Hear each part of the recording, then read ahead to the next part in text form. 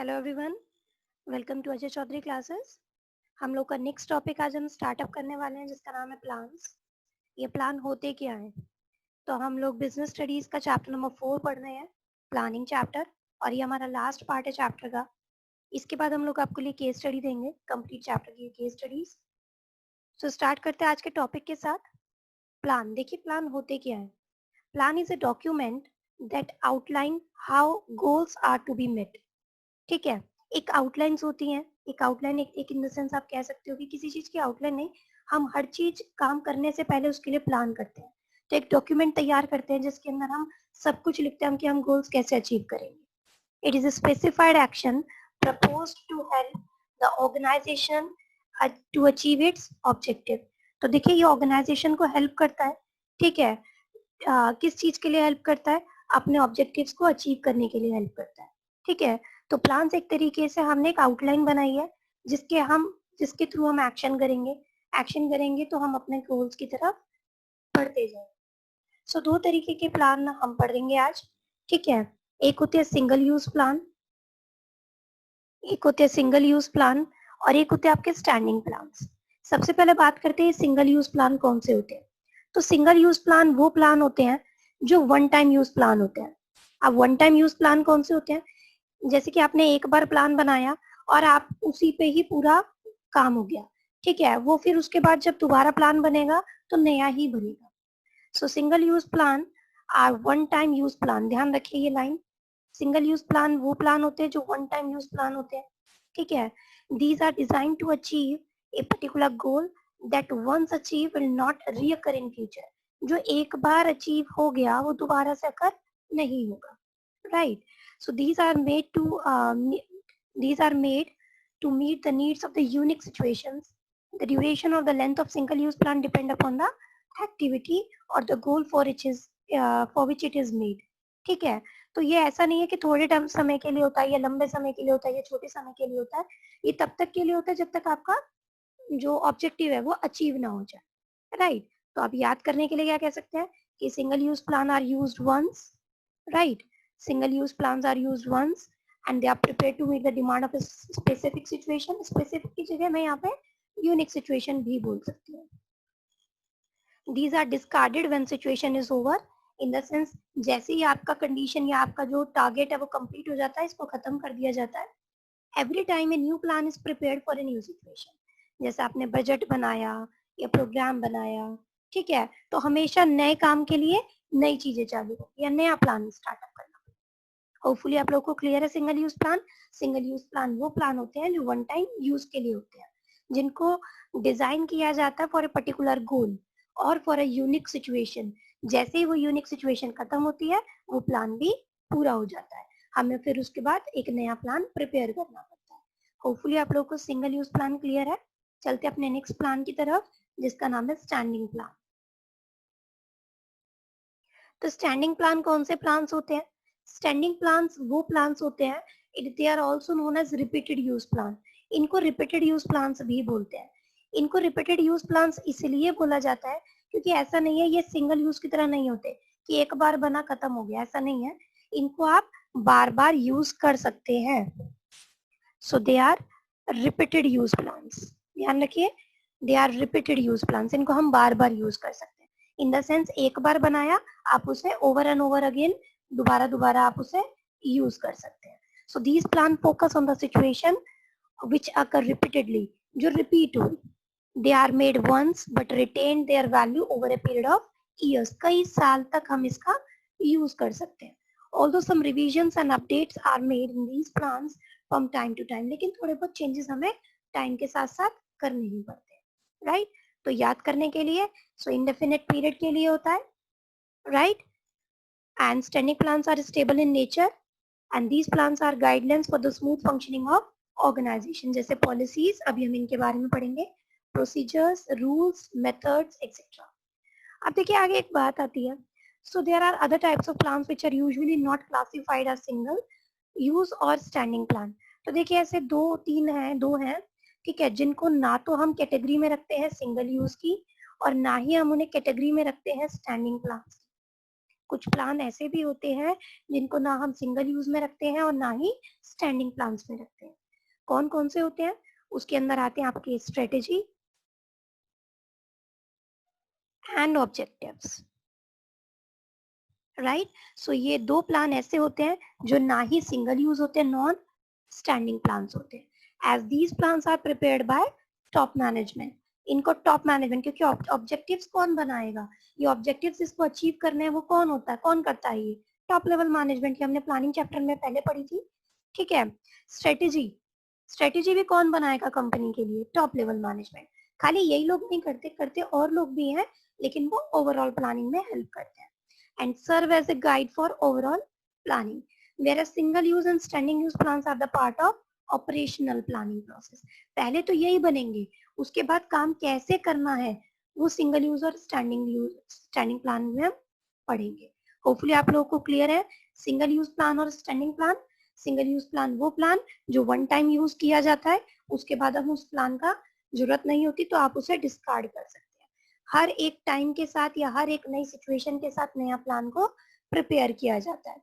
अगर हम standing plan की बात करें, it once made it can be use for many years, हम कई साल तक सेम प्लान को यूज भी कर सकते हैं, बस उसके अंदर थोड़े से अपडेट्स हमें करने पड़ते हैं। होपफुली आप लोग को दोनों के मतलब क्लियर है अच्छे से। चलते हैं आगे अपने टाइप्स ऑफ प्लान पर। तो जो हमारे टाइप्स हैं, अभी हम लोगों ने पढ़े कि ऑब्जेक्टिव पढ़ा, स्ट्रेटेजी पढ़ा, तो हमने बताया कि ये जो प्लान्स होते हैं ये हर कोई किसी न किसी के अंदर आता है, ठीक है। कैसे आता है? कोई स्टैंडिंग के अंदर आएगा, कोई सिंगल यूज के अंदर आएगा, है ना। और दो प्लान ऐसे हैं जो किसी के अंदर नहीं आते। वो दो कौन से हैं वो हमने अभी पढ़े थे कि वो दो प्लान जो किसी के अंदर नहीं आते उनका नाम है objectives and strategy,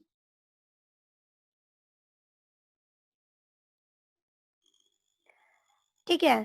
so they are neither single use nor standing, ठीक है ना। सो जो ऑब्जेक्टिव और स्ट्रेटेजी है ये दोनों ऐसे प्लान्स होते हैं जो ना सिंगल यूज के कैटेगरी में आते हैं और ना ही स्टैंडिंग के कैटेगरी में आते हैं, ठीक है ना। स्टैंडिंग प्लान्स की कैटेगरी में आते हैं। आगे हम बात करते हैं कि कौन किसकी कैटेगरी में आता है, ठीक है। अगर हम बात करें पॉलिसीज की, प्रोसीजर्स की, मेथड्स की, रूल्स की, ये जो चार है, policies, procedure, methods and rules, ये चारों किस कौन से प्लान के अंदर आते हैं या किस कैटेगरी के अंदर आते हैं? कलर चेंज कर लेते हैं हम जिससे आपको और क्लियर से पता लगे। So policy, procedure, methods and rules, ठीक है। ये चारों किस कैटेगरी के अंदर आते हैं? ये चारों स्टैंडिंग प्लान के अंदर आते हैं। क्यों आते हैं वो हम अभी भी पढ़ेंगे, ठीक है। जो बाकी दो बचे हैं, बाकी दो हम लोगों के पास जो बचे हैं, प्रोग्राम्स एंड बजट, ये जो दोनों है ये दोनों हमारे सिंगल यूज प्लान के अंदर आते हैं। होपफुली आप लोगों को क्लियर है। तो आप चाहो तो नोट भी कीजिए, आप अपने नोट साथ के साथ बनाएंगे तो आपको और अच्छे से याद रहेगा। सो ऑब्जेक्टिव और स्ट्रेटेजी ये नाइदर सिंगल यूज के अंदर आते हैं नॉर स्टैंडिंग प्लान के अंदर आते हैं। Policy, procedure, methods and rules ये आपके स्टैंडिंग प्लान्स हैं। देन प्रोग्राम एंड बजट ये आपके सिंगल यूज प्लान है। होपफुली आप लोग को टाइप्स ऑफ प्लान क्लियर है कि कौन कौन से प्लान के टाइप होते हैं। चलते हैं इनको हम और डिटेल में पढ़ने के लिए, ठीक है। स्टार्ट करते हैं सबसे पहले ऑब्जेक्टिव से।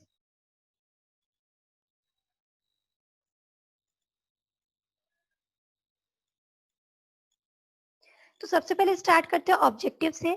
देखिए ऑब्जेक्टिव क्या होता है, ऑब्जेक्टिव का मतलब क्या है? ऑब्जेक्टिव का अगर हम कीवर्ड्स में अगर हम बात करें तो ऑब्जेक्टिव का मतलब है M, right. Focus on goal,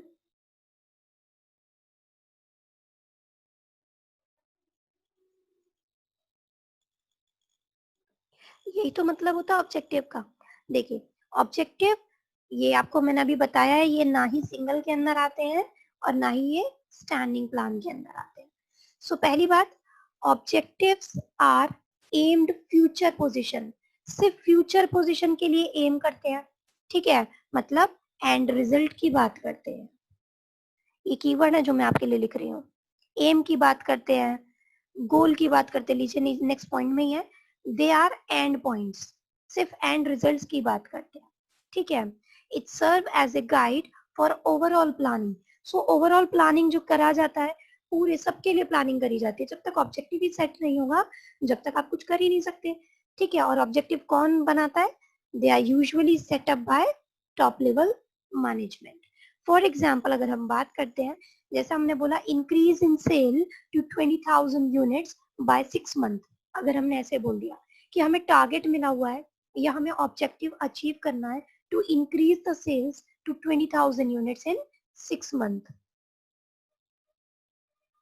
तो ये हमें टारगेट मिला हुआ है। अब इस टारगेट को या इस एम को अचीव करना, अपने गोल को अचीव करना, अपने एंड रिजल्ट पर पहुंचना, ठीक है, उसके लिए आपको ओवरऑल प्लानिंग करनी पड़ेगी। उसके लिए सबसे पहले क्या चाहिए आपको?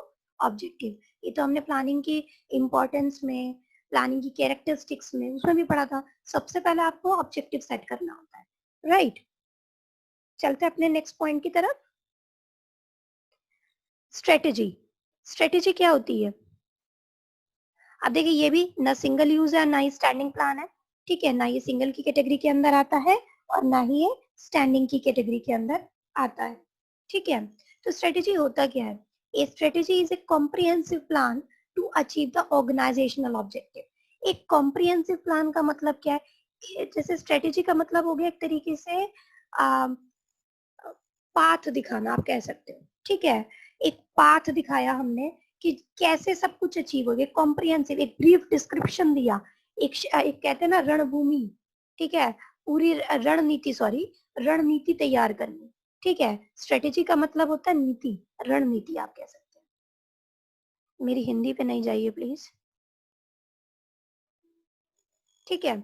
रणनीति, स्ट्रेटेजी का मतलब हो गया एक रणनीति तैयार करना टू अचीव ऑर्गेनाइजेशनल ऑब्जेक्टिव, कि ऑर्गेनाइजेशन के ऑब्जेक्टिव को हम कैसे अचीव कर सकते हैं। होपफुली आप लोगों को स्ट्रेटेजी का मतलब क्लियर होगा अच्छे से। चलते हैं स्ट्रेटेजी को और आगे डिटेल में पढ़ने के लिए। सो आप ये जो स्ट्रेटेजी तैयार करी जाती है, किसके लिए तैयार की जाती है? लंबे समय के लिए, for the long term objective. ये कीवर्ड्स हैं आपके, जिसको आपकी केस स्टडी सॉल्व करने के लिए बहुत हेल्पफुल रहेंगे, ठीक है। तो स्ट्रेटेजी जो तैयार करी जाती है वो किसके लिए तैयार करी जाती है? For the long term objective. Adopting a particular course of action, आप एक पर्टिकुलर काम ले लेते हैं कि मुझे यही काम करना है, ठीक है। Allocating resources for achieving the objective, फिर उसके लिए रिसोर्सेज को तैयार करना, ठीक है। फॉर एग्जाम्पल आपने अपने काम के लिए चॉइस ऑफ एडवर्टाइजिंग मीडिया, ठीक है, आपने चूज करा अपने काम के लिए कि मैं एडवर्टीजमेंट करूंगा। अब एडवर्टीजमेंट कैसे करेंगे? अब एडवर्टीजमेंट तो होता है ना लंबे समय के लिए, होता है कि लंबे समय के लिए आप अपना काम करना चाहते हैं, या सेल्स प्रमोशन टेक्निक कैसे आप यूज करेंगे, ठीक है।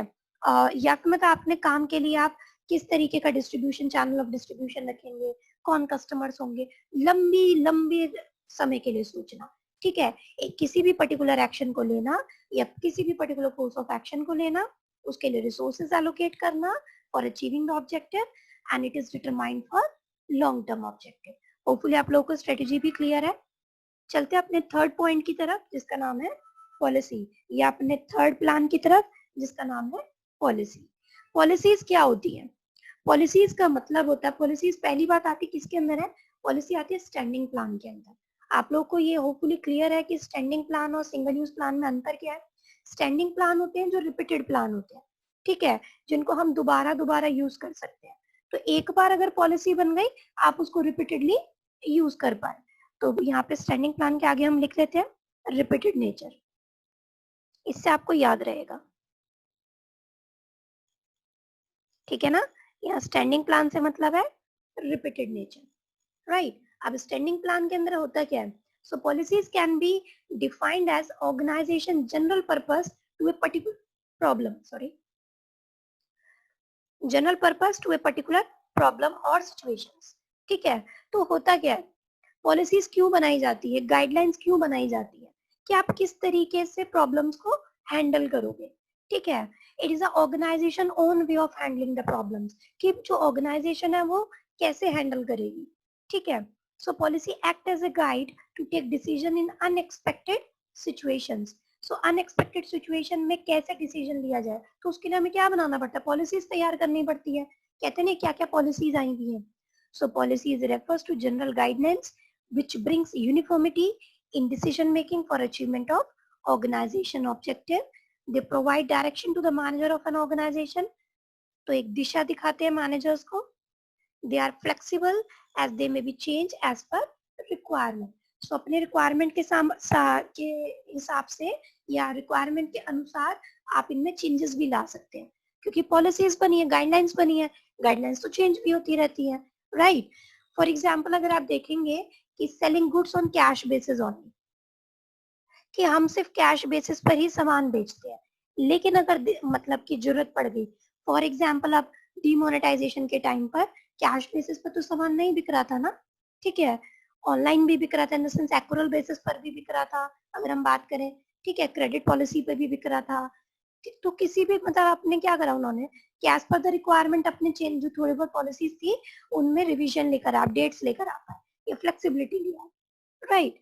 Reserving some post for women in the organisation. So कुछ पोस्ट उन्होंने रिजर्व कर दी विमेन के लिए. अब हो सकता है ज्यादा करी हो सकता है कुछ अपने अनुसार बाद में कम कर दे, ठीक है. तो ये हमारी पॉलिसी जो हमने अभी पढ़ी. चलते अपने नेक्स्ट पॉइंट की तरफ जिसका नाम है प्रोसीजर. अभी प्रोसीजर्स क्या होते हैं? प्रोसीजर्स भी स्टैंडिंग प्लान का ही एक पार्ट है. स्टैंडिंग प्लान होपफुली अब आपको बहुत अच्छे से क्लियर होगा. स्टैंडिंग प्लान का मतलब है वो plan which is repeated, repeat होता रहे, ठीक है. प्रोसीजर का मतलब क्या होता है? प्रोसीजर का मतलब एक तरीके से सीक्वेंस. कैसे करोगे, क्या प्रोसीजर है आपका, पूछते नहीं हम कहीं पर जाते तो कहते हैं आपका क्या प्रोसीजर है, ठीक है. तो प्रोसीजर के हिसाब से चलना. जैसे अगर आप बात करें कि आपके स्कूल में भी एक एडमिशन का प्रोसीजर होता है ना, प्रोसीजर पॉलिसी जो होती है एक प्रोसीजर होता है. तो procedures are the required steps, आप कह सकते हो, establish in advance to handle future condition, कि फ्यूचर में जो होगा उसके लिए आप पहले से तैयार हो, ठीक है. उसके लिए आपने पहले से प्लान्स जो है वो प्रोसीजर में इन द सेंस क्रोनोलॉजिकली वे में आपने डिसाइड कर रखे कि अगर ऐसा हुआ तो हम इसके बाद ये करेंगे, इसके बाद ये करेंगे, इसके बाद ये करेंगे. सो आप प्रोसीजर को क्या कह सकते हैं? It can be defined as the exact manner in which activity has to be accomplished. बहुत आसानी में अगर आप कहें कि काम किस तरीके से होना है, ठीक है, एग्जैक्ट मैनर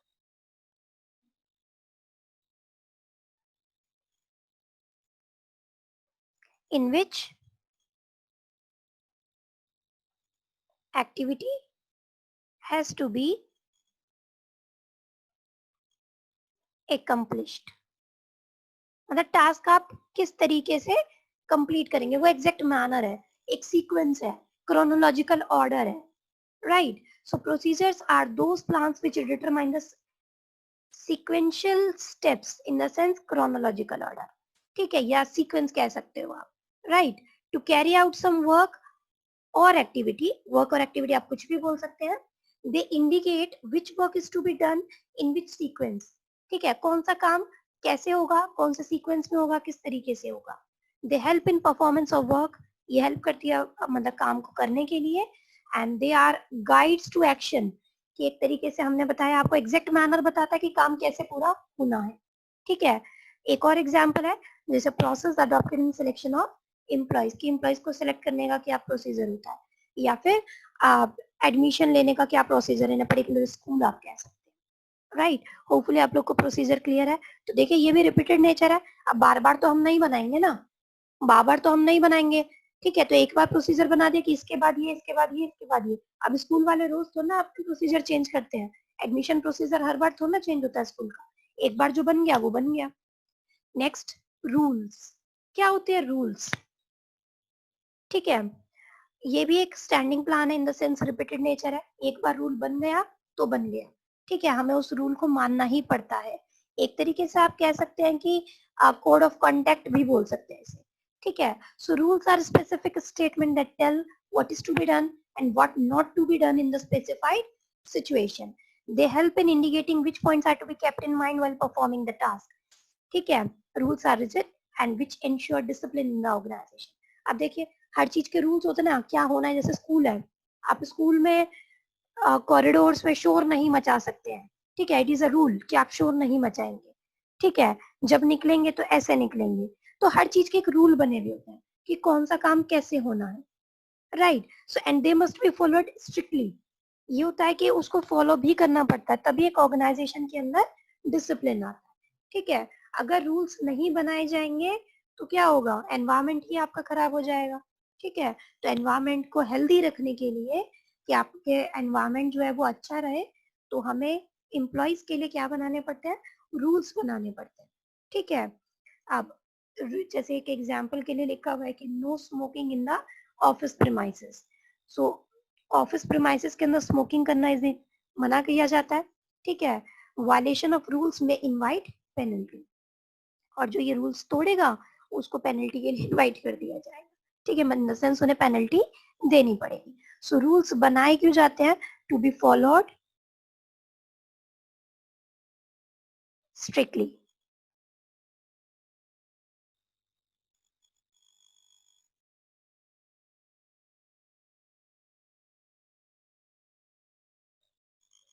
होपफुली आप लोग को रूल्स क्लियर है। आगे चलते हैं मेथड्स की तरफ। अब मेथड्स क्या होते हैं, सो मेथड्स भी आपके स्टैंडिंग प्लान है। ठीक है, सो हमने बताया था आपको 4 तरीके के standing plan, policies, procedure, methods and rules. तो अगर हम मेथड्स की बात करें, मेथड्स क्या होते हैं, एक फॉर्मुलाइज या systematic way of doing a job. ठीक है, एक स्टैंडर्डाइज्ड वे भी बोल सकते हैं आप, या फॉर्मलाइज्ड कुछ भी बोल सकते हैं, फॉर्मलाइज्ड भी बोल सकते हैं हम इसको। फॉर्मलाइज्ड या फिर systematic way of doing a particular job, and there may be many ways और methods of completing a task. देखो सबके बहुत अलग अलग तरीके होते हैं। ठीक है, बट द मेथड और way must be selected by which work can be done early at a minimum possible cost. Methods are flexible. So हमें अडॉप्ट क्या करना पड़ता है, वो अडॉप्ट या वो सेलेक्ट करना पड़ता है जो जल्दी से जल्दी हो, जिसमें ऑप्टिमम कॉस्ट लग रही हो, या कह सकते हैं मिनिमम पॉसिबल कॉस्ट लग रही हो, and optimum utilisation of resources हो। ठीक है, सब manager decide in advance the common way of doing a job, पहले से ही सोच लेते हैं, जिससे बाद में उनके दिमाग में कोई भी डाउट ना रहे। जैसे कि हम स्टार्टिंग में, अगर आप किसी कंपनी में जाएंगे तो वहाँ पे बहुत सारे ट्रेनिंग के मेथड्स होते हैं, जैसे अप्रेंटाइसशिप दी जाती है, वेस्टिब्यूल ट्रेनिंग दी जाती है। ठीक है, हर किसी का एक ट्रेंड करने का, एम्प्लॉयज को ट्रेंड करने का अपना ही अलग तरीका होता है, तो उनका मेथड है। अब उनका फॉर्मुलाइज्ड मेथड या सिस्टमैटिक मेथड है, वो अपने एम्प्लॉयज को कैसे ट्रेंड करते हैं। होपफुली आप लोग को मेथड्स क्लियर है। तो ये थे हमारे 4 स्टैंडिंग प्लान जो हमने अभी पढ़े, procedure, policies, rules and methods. Hopefully आप लोग को अच्छे से क्लियर है। चलते हैं अपने नेक्स्ट 7th पॉइंट की तरफ, जिनका नाम है प्रोग्राम, और ये सिंगल यूज प्लान। आप लोग पॉज करके वीडियो दोबारा भी देख देख कर इनके नोट्स प्रिपेयर कर सकते हैं। जितना आप नोट्स प्रिपेयर करोगे उतनी अच्छी तैयारी आपके लिए, बहुत ज्यादा अच्छी तैयारी हो जाएगी बोर्ड के लिए। तो आप लोगों से कहना चाहेंगे कि आप जितना ज्यादा आप बनाएंगे ना, आप नोट्स बनाएंगे, उतना आपके लिए बहुत अच्छा रहेगा। चलते हैं अपने 7th पॉइंट की तरफ, जिनका नाम है पॉलिसीज। अब पॉलिसीज क्या होती है, sorry, programme.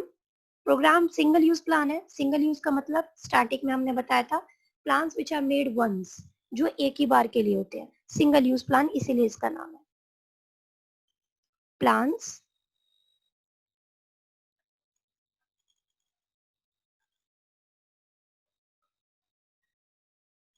Made and use once कह सकते हैं आप। एक ही बार बनते हैं और एक ही बार में यूज होके खत्म करवा दिए जाते हैं, उसके बाद उन्हें डिस्कार्ड कर दिया जाता है।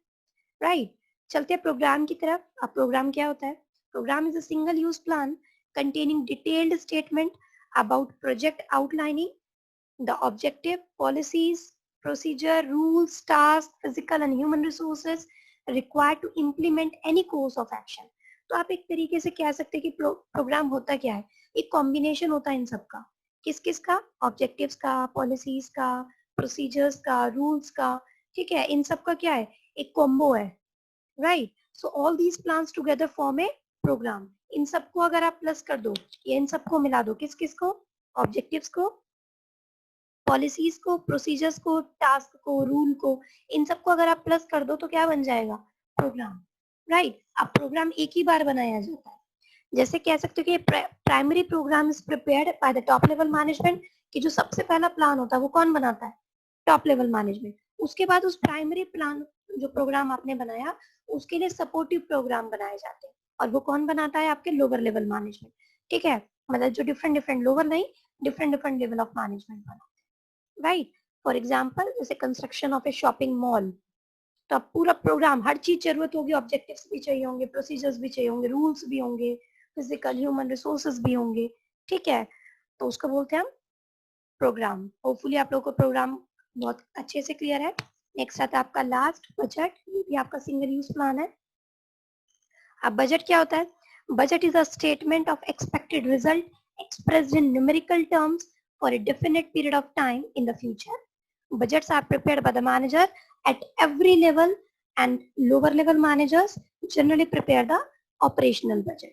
देखिए, जो टॉप लेवल मैनेजमेंट होते हैं ज्यादातर, ठीक है, वैसे तो बजट हर हर लेवल पे बनता है, लेकिन जो टॉप लेवल वाले होते हैं वो सबसे पहले काम करते हैं, ठीक है। उसके बाद हर लेवल पे ये बजट प्रिपेयर किया गया, और जो लोअर लेवल मैनेजर्स होते हैं वो ज्यादातर क्या बनाते हैं? Operational budget. Number of employees कितने चाहिए, नंबर ऑफ रिसोर्सेज कितना चाहिए, ठीक है, और कितने टाइमिंग वो काम करेंगे, जो एम्प्लॉयज हैं वो कितना टाइम काम करेंगे, उनको कैपिटल रिक्वायरमेंट कितनी है, ठीक है। खाली फाइनेंस बजट की बात नहीं होती है, ऑपरेशनल बजट की भी बात की जाती है। सो एक expected result express in numerical term, ये भी तो बनाना पड़ता है ना। एक बार जैसे बजट स्टार्टिंग में तैयार कर लिया गया, अब बार बार थोड़ा ना बजट चेंज करते रहते हैं, ठीक है। सो expected result expressed in numerical terms, उसको हम बजट बोलते हैं। बजट हमेशा मतलब जरूरी नहीं होता फाइनेंशियल नेचर का हो, बजट ऑपरेशनल नेचर का भी हो सकता है। ऑपरेशनल के अंदर आते हैं number of employees, number of hours, okay, capital requirement, ठीक है। तो ये सारी चीजें भी देखी जाती है। बेस्ट एग्जाम्पल इसके लिए लिखा हुआ है आपके लिए सेल्स बजट, कि कितना मतलब बजट कितना चाहिए सेलिंग के लिए, ठीक है, कितना और रिसोर्सेज चाहिए होगा, कितने एम्प्लॉयज चाहिए होंगे, क्या होगा, सब कुछ एक ही बार बनता है, बार बार नहीं बनाते। तो हम लोगों ने प्लान्स पढ़ा अभी, एक ऐसा डॉक्यूमेंट, एक ऐसी आउटलाइन जिससे हम गोल अचीव करते हैं, राइट। हमने टाइप्स ऑफ प्लान पढ़े। उससे पहले हमने पढ़ा कि दो तरीके के प्लान होते हैं स्टैंडिंग प्लान, एक होते हैं single use plan. Single use plan which are used once, and standing plans are repeated in nature. इनके हमने टाइप्स पढ़े। होपफुली आप लोग को यहाँ तक अच्छे से समझ में आया होगा। चलते हैं अपने वीडियो की लास्ट पार्ट की तरफ, जिनका नाम है केस स्टडी और एमसीक्यू। तो सबसे पहले हमारी एमसीक्यू है, केस स्टडी आप कुछ भी कह सकते हैं। पहले छोटी सी एमसीक्यू ही है, फिर केस स्टडी पढ़ेंगे। So Mansi after completing her course in fashion designing plan to start design boutique. Okay, तो इन्होंने एक बुटीक खोलने की सोचा। तो एक बुटीक खोलने की सोचा मानसी ने। इन्होंने अपना फैशन डिजाइनिंग में कोर्स कंप्लीट किया था और सोचा कि मैं एक फैशन, क्योंकि फैशन डिजाइनिंग इन्होंने करी थी तो इन्हें डिजाइन बुटीक खोलने का मन था, ठीक है। She had to address issue like her target customer, channels of distribution to be used, pricing policies, etc. And these types of plan Mansi need to develop to get a blueprint of the business venture.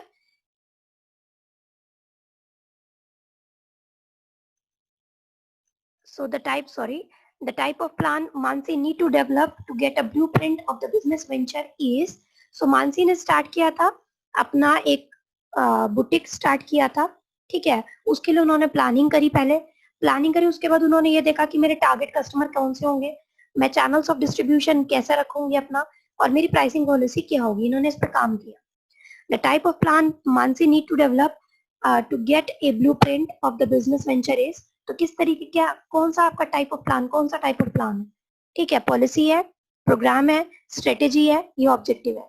तो सबसे पहले आपको क्या करना है, सबसे पहले type of plan में सोचिए इन चारों के बारे में, पॉलिसी के बारे में सोचिए, प्रोग्राम के बारे में सोचिए, स्ट्रेटेजी बनाई उन्होंने, ये ऑब्जेक्टिव अचीव करने के लिए बोला, ठीक है।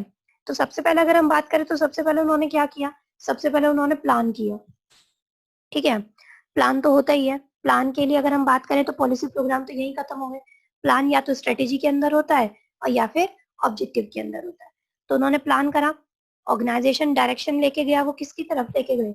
अब उन्होंने प्लान क्यों करा, प्लान इसीलिए करा जिससे कि वो मतलब कि जो अपनी ऑर्गेनाइजेशन है वो लॉन्ग टर्म के लिए सोचा उन्होंने, ठीक है। इसलिए तो उन्होंने प्लानिंग करी थी कि एक डिजाइनर बुटीक खोलेंगे हम, ठीक है। अब उन्होंने क्या किया, उसके लिए she adopt a particular course of action. उन्होंने क्या सोचा था कि मुझे डिजाइनर बुटीक ही खोलना है, ठीक है। अब डिजाइनर बुटीक ही खोलना है तो मतलब उन्होंने अपना एक course of action, particular course of action choose कर लिया है। सो फैशन डिजाइनिंग के लिए प्लान करा, एक डिजाइनर बुटीक के लिए प्लान करा, इन द सेंस लॉन्ग रन के लिए सोचने लग गई। लॉन्ग रन के लिए किस में सोचा जाता है? स्ट्रेटेजी के अंदर सोचा जाता है। यहाँ पर ये फिक्स हो रहा है धीरे धीरे। उसके लिए she had to address issue like target customers. ठीक है, उन्होंने टारगेट कस्टमर मतलब लॉन्ग रन के बारे में उन्होंने अब सोचना चालू कर दिया। यही तो होता है ना स्ट्रेटेजी के अंदर। क्या क्या चीजें हमने पढ़ी थी स्ट्रेटेजी के अंदर? हमने पढ़ा था कि लॉन्ग रन के लिए होता है, एक पढ़ा था पर्टिकुलर कोर्स ऑफ एक्शन के लिए होता है, allocating resources for achieving the objective, और उन्होंने उसके लिए ऑब्जेक्टिव्स को अचीव करने के लिए कुछ रिसोर्सेज भी कलेक्ट करने लगे थी। तो रिसोर्सेज में उन्होंने देखना चालू कर दिया था कि मुझे क्या क्या चाहिए, ब्लूप्रिंट तैयार करना चालू कर दिया था। राइट, तो answer will be strategy. Hopefully clear है आपको एमसीक्यू। चलते सेकेंड एमसीक्यू की तरफ। Pace Limited is an enterprise selling TV sets. They have decided to buy LED screens only from the vendors using Japanese technique of manufacturing. This is related to which type of plan? ठीक है, so Pace Limited एक enterprise selling TV sets बेचती है ये, and they उन्होंने decide करा कि वो LED screen purchase करेंगे, लेकिन वो सिर्फ कौन से vendor से purchase करेंगे? The vendors which are using Japanese technique of manufacturing. ठीक है, so this is related to which type of plan? कौन से type of plan के लिए वो सोच रहे हैं? so ऑब्जेक्टिव तो नहीं है, कुछ ऑब्जेक्टिव सेट नहीं है, स्ट्रेटेजी भी नहीं है क्योंकि लंबे समय के लिए कुछ नहीं है, रूल भी नहीं है, तो बचता क्या है आपका? पॉलिसी बचती है। अब पॉलिसी में भी देखिए क्या क्या आता है। पॉलिसी का मतलब क्या था? हमने पढ़ा था पॉलिसी। सो पॉलिसीज एक अपना तरीका होता है ऑर्गेनाइजेशन का टैकल करने का, प्रॉब्लम को टैकल करने के लिए। ठीक है, डिसीजन मेकिंग होता है, right, and they are derived for the objective of the company. तो यहाँ पे उन्होंने पॉलिसी बना दी कि हम क्या पॉलिसी बनाई कि वो सिर्फ डिसाइड किया ना, उन्होंने डिसाइड किया कि to buy the LED screens only from the vendor which are using Japanese technique. तो यहाँ पे उन्होंने क्या किया?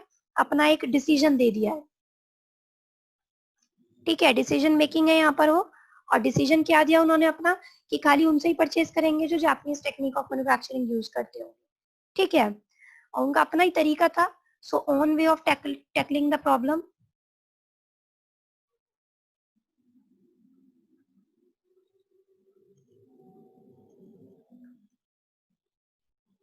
सो हमारी पॉलिसी वाला प्लान यहाँ पर पूरा फिट बैठता है। चलते हैं अपने थर्ड केस स्टडी की तरफ।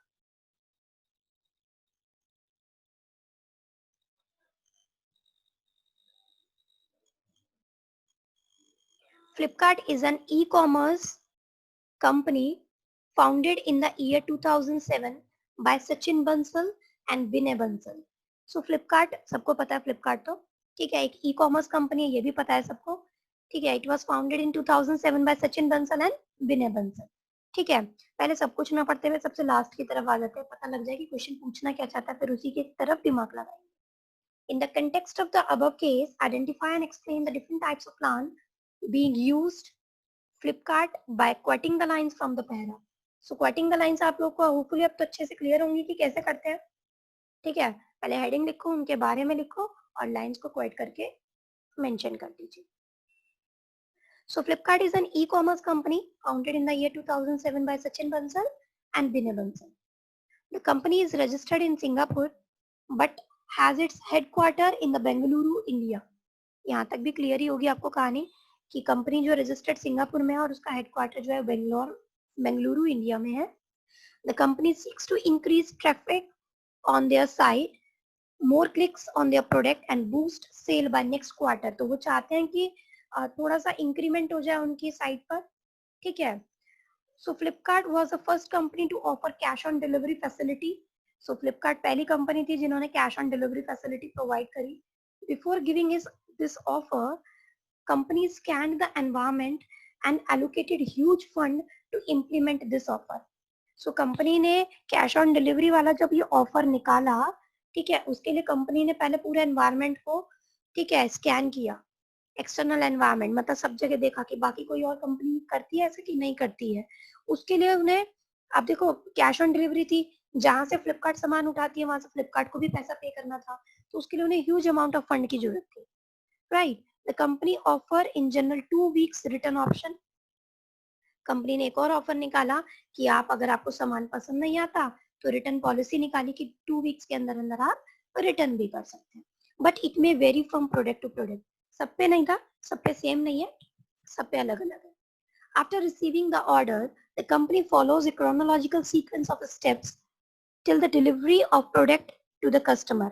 So after receiving the order, जैसे मान लो order receive कर लिया उन्होंने, कंपनी को कुछ steps हैं, chronological मतलब step by step, in a series कह सकते हैं आप, वो उसको फॉलो करने हैं, कब तक, जब तक प्रोडक्ट किसके पास ना पहुंच जाए, कस्टमर के पास डिलीवर ना हो जाए। The company offers various options for a payment as cash on delivery, debit and credit card, net banking, etc. So various options दिए इन्होंने। This year company plans to spend 50 crore for advertisement to increase the sale. Flipkart reserve the right to terminate your membership or refuse to deliver the product if it is discovered that you are under age of 18. So Flipkart क्या करेगा, अगर आपकी as 18 से कम है तो आपको membership से निकाल दिया जाएगा, ठीक है। एंड दिस इज बिकॉज, और मतलब मेंबरशिप जो आपकी वो टर्मिनेट कर दी जाएगी और हो सकता है आपको प्रोडक्ट भी डिलीवर ना किया जाए। This is because as per Indian contract act the minors are not eligible to use websites. ये इसलिए किया गया because as per the Indian contract act तो माइनर्स जो 18 ईयर्स से नीचे के लोग बच्चे होते हैं उनको वेबसाइट यूज करने के लिए एलिजिबल नहीं होते, ठीक है। So in the context of the above case, identify and explain the different types of plan being used Flipkart by quoting the lines. चलिए स्टार्ट करते हैं। तो टाइप्स ऑफ प्लान हम लोग को पता है कौन कौन से होते हैं। तो सबसे पहले स्टार्ट करते हैं, सब कुछ बहुत क्लियरली मेंशन ही दिख रहा है। पेन का कलर अलग अलग ले लेंगे चाहे हम।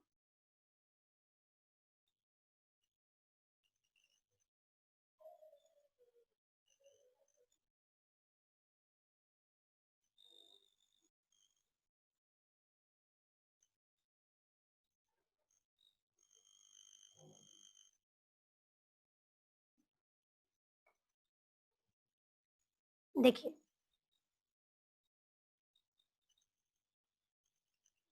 the company is registered in Singapore but it has its headquarter in Bengaluru, India. The company seeks to increase traffic on their site.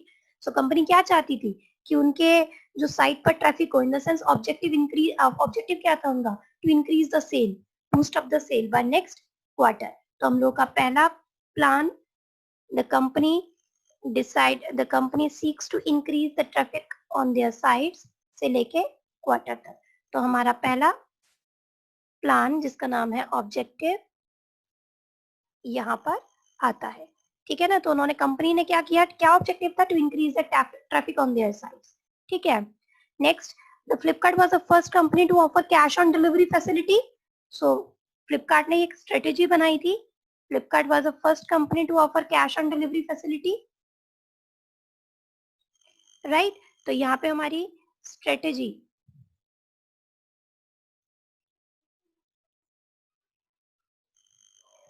Flipkart was the first company, उन्होंने स्ट्रेटेजी बनाई, हम कैश ऑन डिलीवरी की facility provide करेंगे, ठीक है।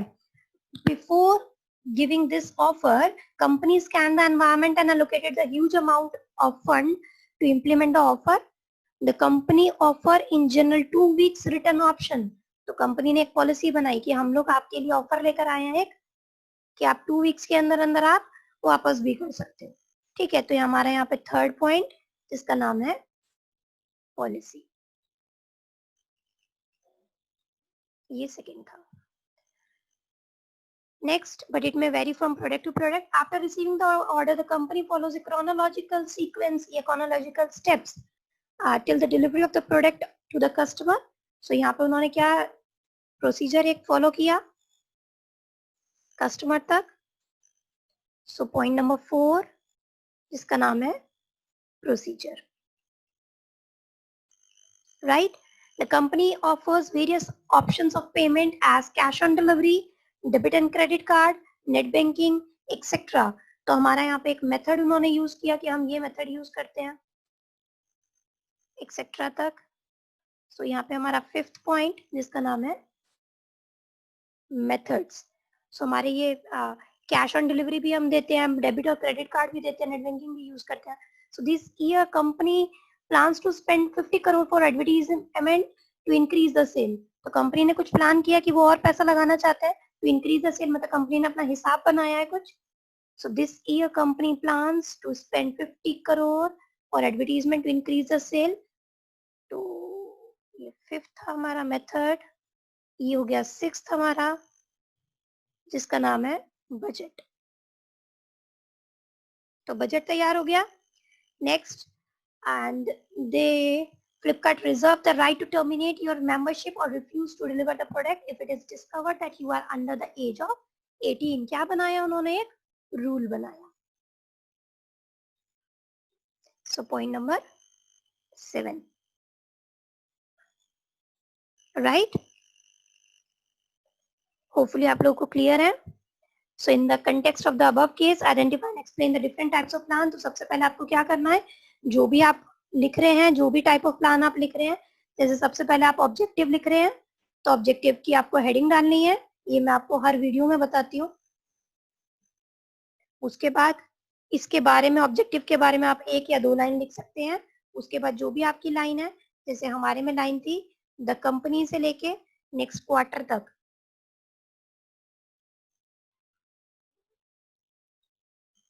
Double quotes में आप mention कर सकते हैं।